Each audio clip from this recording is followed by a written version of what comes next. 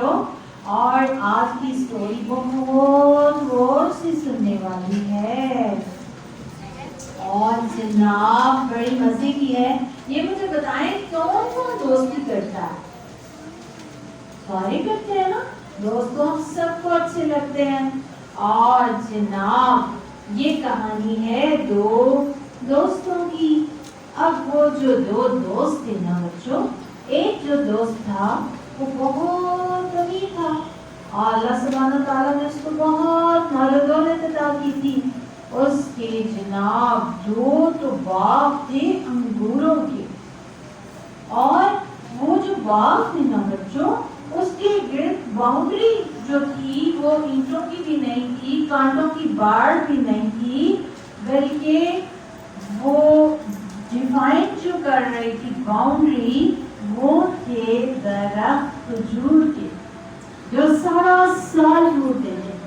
اور جناب درمیان میں نہر بہ رہی تھی زبردست سی، اور انگوروں اور کھجوروں کے درمیان نہر بھی بہ رہی تھی، اور آس پاس مزید چیزیں بھی وہ وہاں پہ اگتی تھی اور وہ بندہ اگاتا تھا۔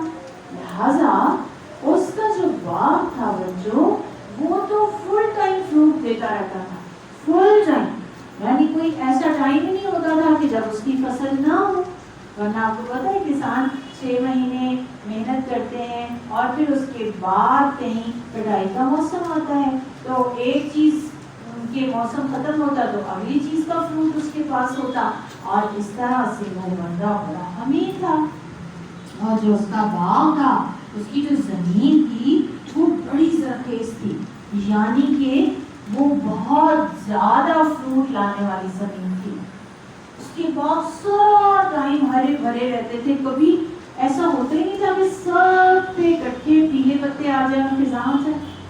اور جناب خوب خوب فروٹ آتا، فروٹ سے لدے رہتے تھے کھجوروں کے درخت بھی، اور جناب بیلیں بھی انگوروں کی، اور اس کے علاوہ بھی اس کے پاس تو پیسے ہی بہت تھے۔ اور ایک دن کیا ہوا کہ دونوں دوست اکٹھے باغ میں انٹر ہوئے۔ اب جو امیر دوست تھا نا، اس نے جو ہی اپنے باغ کو دیکھا تو اس کے دل میں تو اتنا غرور آ گیا، اور وہ کہنے لگا جناب اب جب بچوں دل میں غرور آتا ہے نا تو پھر بندہ زبان سے بھی ایسی باتیں بولنی شروع کر دیتا ہے۔ اب اس نے اپنے دوست سے کہنا شروع کیا میں تم سے زیادہ مالدار ہوں، اور دیکھیں میرے پاس تو نوکروں کی فوج ہے، اور جناب میرے دوست بھی بہت زیادہ ہیں، میرے تو ارد گرد اتنے بندے اکٹھے رہتے ہیں، اور مجھے یہ بھی لگتا ہے کہ میرا باغ ہمیشہ ہرا بھرا رہے گا، اس میں تو کبھی خزاں بھی نہیں آئے گی، اور یہ تو کبھی ختم بھی نہیں ہوگا، یہ تو کبھی تباہ بھی نہیں ہوگا، کیونکہ ایک پھل نہ ہو تو دوسرا پھل آتا ہے، دوسرا نہ ہو تو تیسرا آ جاتا ہے، یہ تو ہمیشہ ایسا ہی رہے گا، اور مجھے تو لگتا بھی نہیں ہے کہ کبھی قیامت بھی آئے گی، اور اگر کبھی ایسا ہوا بھی قیامت آ بھی گئی میں مر بھی گیا تو اللہ تعالیٰ مجھے اس سے بھی بہتر باغ دے دیں۔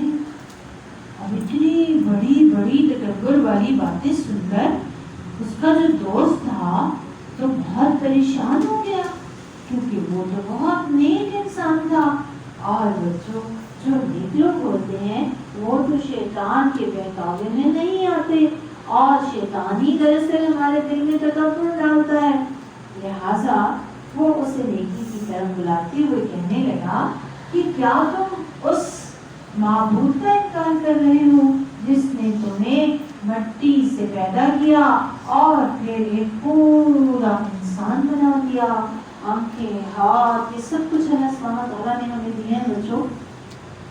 اور ساتھ ہی اس نے کہا کہ میں تو اللہ رب العالمین پہ ایمان رکھتا ہوں، اور میں تو بالکل شرک نہیں کرتا، میرا تو پورا بھروسہ اللہ کی ذات پہ ہے، میرا بھروسہ نہ تو اس نہر پہ ہے کہ یہ سرخیزی عطا کر رہی ہے، اور نہ ہی مجھے اس بات پہ پورا یقین ہے کہ یہ بڑے فروٹ اگتے ہیں تو یہ ہمیشہ اگتے رہیں گے، نہ ہی میرا یقین اس بات پر ہے کہ میرے باغ کی مٹی بڑی سرسبز ہے، کچھ بھی میں اگاؤں وہ خوب فروٹ لائے گا۔ پھر اس نے مزید کہا کہ تم نے باغ کو دیکھ کر یہ کیوں نہ کہا ماشاء اللہ لا قوت الا باللہ؟ ان کلمات کے ذریعے سے یعنی تم نے کیوں نہیں اللہ سبحانہ و تعالیٰ کی نعمت کا اقرار کیا؟ تمہیں تو کہنا چاہیے تھا کہ ساری کی ساری طاقت اور قوت کس کی ہے؟ اللہ سبحانہ و تعالیٰ کی، کیونکہ یہ سب تو اللہ تعالیٰ کی عطا ہے، کیونکہ اصل جو پاور ہے، اصل جو قدرت ہے وہ تو اللہ سبحانہ و تعالیٰ کے پاس ہے۔ اور اگر تم دیکھتے ہو کہ میں مال میں کم ہوں اور میرے ارد گرد لوگوں کی بھی کمی ہے اور میری اولاد بھی کم ہے، تو کوئی دور نہیں کہ اللہ سبحانہ و تعالیٰ مجھے تم سے بھی زیادہ بہتر مال دے دیں اور تمہارے باغ کا جو سارے کا سارا پانی ہے وہ زمین کے اندر چلا جائے اور کوئی آفت آ کے اس باغ کو گھیر لے، کیونکہ وہ تو ہر چیز پہ قادر ہے۔ اور تمہارے بس میں تو پھر ہو ہی نہ کہ تم یہ پانی جو زمین کے اندر گہرائی تک چلا جائے کہ دوبارہ تم نہر اس میں جاری کرو۔ تو بچوں، اس نے اپنے دوست کو سمجھایا کہ اگر اللہ سبحانہ تعالیٰ ہمیں کوئی بھی نعمت دیتے ہیں تو ہمیں یہ نہیں سمجھنا چاہیے کہ میں نے تو بڑی محنت کی تھی اس لیے میں فرسٹ آ گئی، میں تو بہت زبردست دوڑ لیتی ہوں اس لیے میں نے گیم جیت لی۔ یہ سب تو اللہ سبحانہ تعالیٰ کی عطا ہے۔ اور اگر کوئی اچھی چیز ہمیں نظر آئے جو ہمارے دل کو خوش کر دے تو ہمیں کہنا چاہیے ماشاء اللہ لا قوت الا باللہ، ما جو شاء چاہے یا چاہا، اللہ اللہ سبحانہ و تعالیٰ نے، لا نہیں، قوت کوئی قوت، الا سوائے، باللہ ساتھ اللہ کے، یعنی وہی ہوتا ہے جو اللہ تعالیٰ چاہتے ہیں۔ میری تو کوئی قوت طاقت ہے ہی نہیں، میں تو کچھ کر ہی نہیں سکتی۔ اس نے کتنی اچھی نصیحت کی اپنے دوست کو۔ اب بچوں کیا ہوا کہ باغ والے کے اس غرور کے سبب اللہ سبحانہ و تعالیٰ نے اس کا باغ تباہ کر دیا۔ اب جو اس نے آگے اپنا باغ دیکھا تو وہ تو بہت پریشان ہوا کہ میں نے کتنی محنت کی، کتنا ٹائم لگایا، کتنے پیسے لگائے اور ایک دم سے سارے کا سارا باغ تباہ ہو گیا۔ قرآن کہتا ہے وَأُحِيطَ بِثَمَرِهِ، تو اس کا جو پھل تھا وہ گھیر لیا گیا۔ فَأَصْبَحَ يُقَلِّبُ كَفَّيْهِ عَلَى مَا أَنفَقَ فِيهَا، اور وہ اس خرچ پر اور اس محنت پر جو اس نے کی تھی اس پہ اپنے ہاتھ ملنے لگا، ہائے ایسے کرنے لگا۔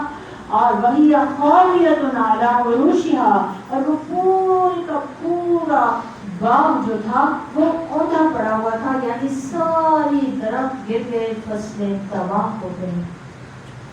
وَيَقُولُ، اور وہ کہہ رہا تھا یا لیتنی، ہائے افسوس مجھ پر، کاش کہ میں لم اشرک بربی احدا، میں اپنے رب کے ساتھ کسی کو شریک نہ ٹھہراتا۔ اور بچوں یہاں پہ اس نے کس طرح سے شریک ٹھہرایا تھا کہ اس نے اس بات پہ بھروسہ کیا کہ میری زمین زرخیز ہے، میرے پاس نہر بہتی ہے اور میرا باغ کبھی بھی خراب نہیں ہو سکتا، میں محنت کرتا ہوں۔ حالانکہ یہ سب تو اللہ سبحانہ تعالیٰ کی توفیق اور اس کی عطا سے ہے۔ تو پیارے بچوں، قرآن پاک کا یہ واقعہ ہمیں بہت ساری باتیں سکھاتا ہے۔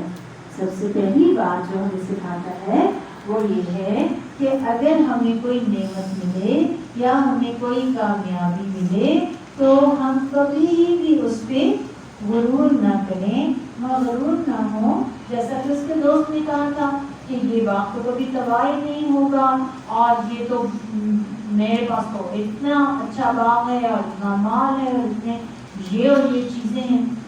اور اس کے دوست نے اس کو کیا سکھایا تھا؟ ماشاء اللہ لا قوت الا باللہ، کہنا ہر اس چیز کو دیکھ کر جو ہمیں لگتا ہے کہ ہمیں خوش کرتی ہے اور اچھی چیز ہے، اس جملے کا مطلب کیا ہے کہ یہ میرا تو کمال ہی نہیں ہے، کیونکہ یہ تو اللہ سبحانہ و تعالیٰ کی دین ہے. ساری طاقت تو اللہ سبحانہ و تعالیٰ کے پاس ہے، سارے اختیار کا مالک تو اللہ سبحانہ و تعالیٰ ہے. جس کو چاہیں زیادہ دولت عطا کرتے ہیں، جس کو چاہیں جو مرضی عطا کرتے ہیں. اللہ سبحانہ و تعالیٰ کی مرضی کے بغیر تو بچوں ہمیں کچھ حاصل نہیں ہو سکتا. اور اگر ہم کبھی محنت بھی کر سکتے ہیں نا کسی کام کے لیے، تو وہ بھی توفیق ہمیں کون دیتا ہے؟ اللہ سبحانہ و تعالیٰ. تو کسی کے چاہنے سے، میرے چاہنے سے، آپ کے چاہنے سے کچھ بھی نہیں ہو سکتا. اور جو اسباب ہیں، ذرائع ہیں، وہ بھی تبھی فائدہ دیتے ہیں جب حکم ربی ہوتا ہے. پیارے بچوں، سیدنا انس رضی اللہ تعالیٰ عنہ کی روایت ہے کہ پیارے رسول نے فرمایا کہ جس شخص پر بھی اللہ سبحانہ و تعالیٰ مال میں یا اس کے اہل میں یا اس کی اولاد میں کوئی نعمت فرمائیں، یعنی کوئی نعمت اس کو عطا کریں اور وہ کہے ماشاء اللہ لا قوت الا باللہ، تو اس پر موت کے سوا کوئی ناگہانی آفت نہیں آئے گی. بات سمجھ آئی ہے؟ آپ کو اپنا کوئی بھائی بہن پیارا لگ رہا ہے، آپ کو اپنا گھر پیارا لگ رہا ہے، آپ کو اپنے ماں باپ پیارے لگ رہے ہیں، کوئی بھی چیز جو پیاری لگ رہی ہے تو ہم نے کیا کہنا ہے بچوں؟ لا قوت الا باللہ، ماشاء اللہ لا قوت الا باللہ. تو جناب آج کی سٹوری سے جو لیسن ہم نے لرن کیا ہے، نمبر 1 تو یہ ہے کہ ہم نے غرور سے بچنا ہے اور عاجزی اختیار کرنی ہے اور اللہ سبحانہ تعالیٰ کا بہت بہت شکر کرنا ہے. ٹھیک ہے. اور دوسری چیز ہم نے سیکھی کہ نعمتیں دیکھ کر ہم نے کہنا ہے ماشاء اللہ لا قوت الا باللہ. اور تیسری چیز بڑی امپورٹنٹ ہے بچوں، اور وہ یہ ہے کہ ہم نے نیک لوگوں سے دوستی کرنی ہے، اچھے لوگوں سے دوستی کرنی ہے، کیونکہ ہمارے پیارے رسول حضرت محمد صلی اللہ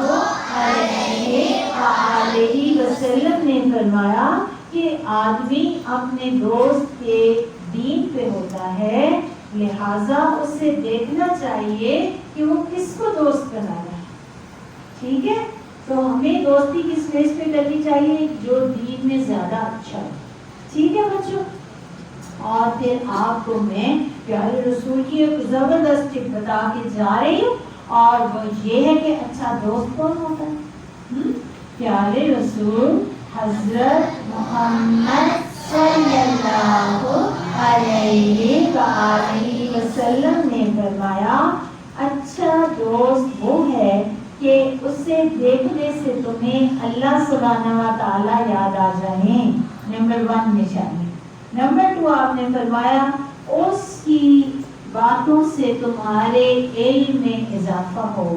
اور نمبر 3 آپ نے فرمایا اس کا عمل تمہیں آخرت کی یاد دلائے. تو اچھا دوست کون سا ہوتا ہے؟ جسے دیکھ کے ہمیں اللہ سبحانہ تعالیٰ یاد آ جائیں اور اس کی باتوں سے ہمارے علم میں اضافہ ہو جائے. کون سے علم میں؟ قرآن کے علم میں، سنت کے علم میں. اور جس کا عمل دیکھ کے ہمیں آخرت کی یاد آئے کہ یہ بھی اتنے اچھی نیکیاں کر رہا ہے، اتنے اچھے کام کر رہا ہے، تو مجھے بھی نیکیاں کرنے چاہیے اور اچھے کام کرنے چاہیے. یہ سچ بولتا ہے تو مجھے بھی سچ بولنا ہے. یہ ذمہ داری کا احساس کرتا ہے، میں نے بھی کرنی ہے.